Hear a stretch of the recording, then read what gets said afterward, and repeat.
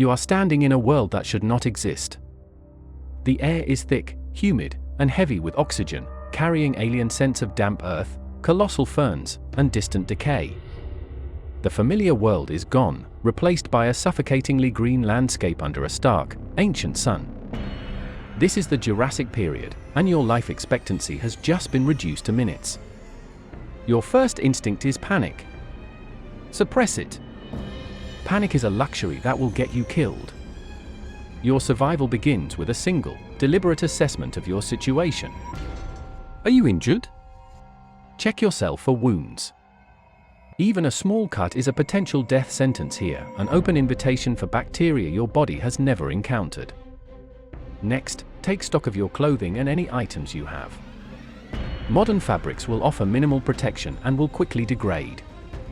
Your smartphone is a useless brick. Your keys are just oddly shaped rocks. You have nothing. You are nothing. Your first 24 hours are a frantic race against the clock. 3 things matter: water, shelter, and staying invisible. Forget about food for now. You can survive 3 weeks without it. You will survive only 3 days without water. Look for low-lying areas. Water flows downhill. Listen for the sound of running water, but be aware that what you hear, predators hear too. Animal tracks can lead to water, but they also lead to animals. When you find a source, a stream or a pond, assume it is contaminated with parasites and microbes unknown to modern medicine. Drinking it directly is a gamble you cannot afford to take. You must boil it. This leads to your next impossible task: making fire.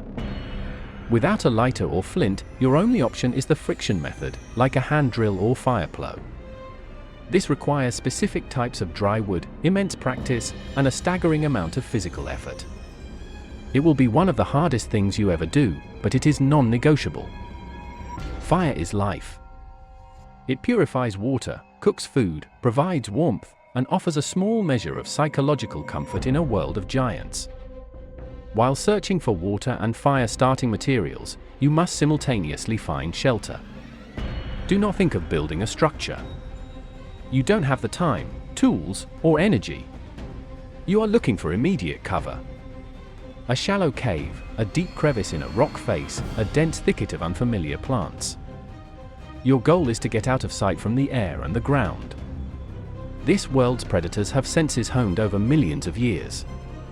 Your only defense is to not be perceived.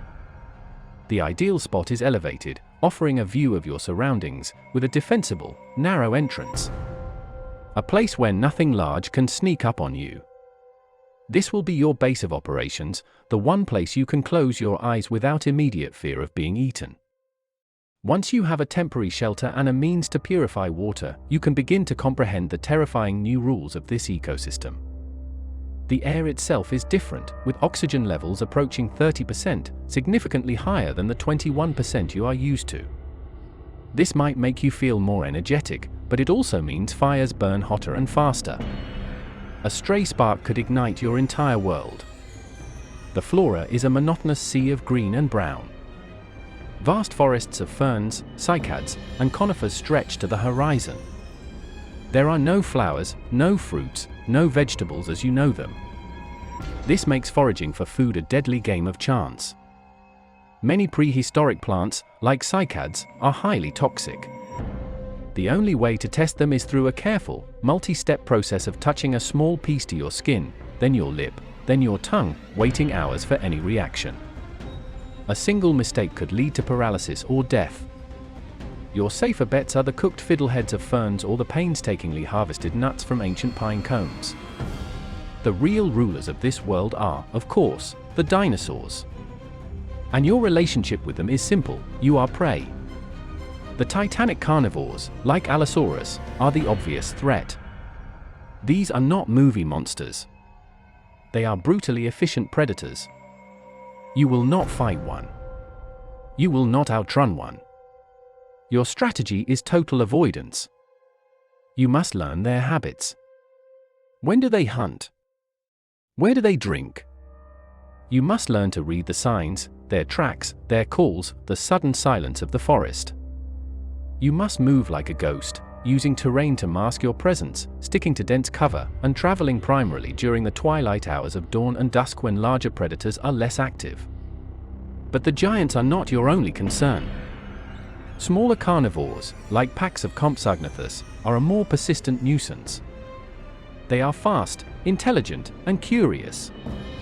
They will stalk you, test your defenses, and try to steal your food. They are a threat to your security and a constant drain on your vigilance.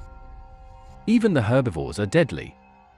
A multi-ton Stegosaurus, with its lethal tail spikes, will not tolerate your presence. A herd of giant sauropods can crush you underfoot without even noticing. These animals are not your friends. They are forces of nature, and you are a fragile obstacle in their path. Give every creature, no matter its diet, a wide berth. Long-term survival depends on graduating from a terrified refugee to a primitive hominid.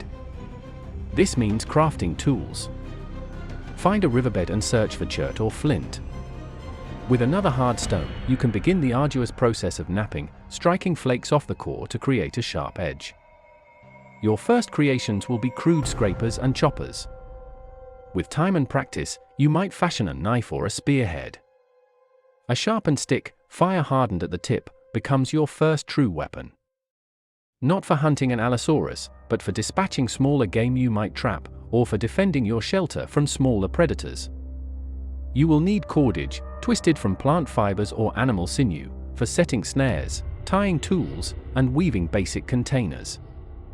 Every day is a lesson in primitive engineering. Every success is a tiny victory against extinction.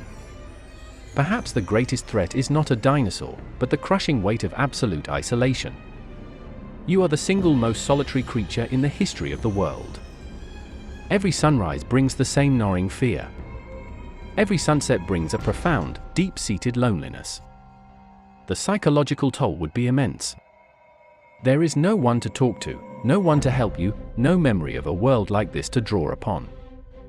Your mind can become your worst enemy, breeding paranoia and despair. Survival in the Jurassic is not just a physical challenge. It is a brutal war waged against your own sanity. Enduring here requires a complete rewiring of what it means to be human. You are no longer a thinker, a dreamer, or an artist. You are an animal, driven by the same primal needs as everything else around you. Find water. Find food. Stay hidden. Survive until the next sunrise. The odds are astronomically against you, and victory is not guaranteed. The only measure of success is one more day alive in a lost world.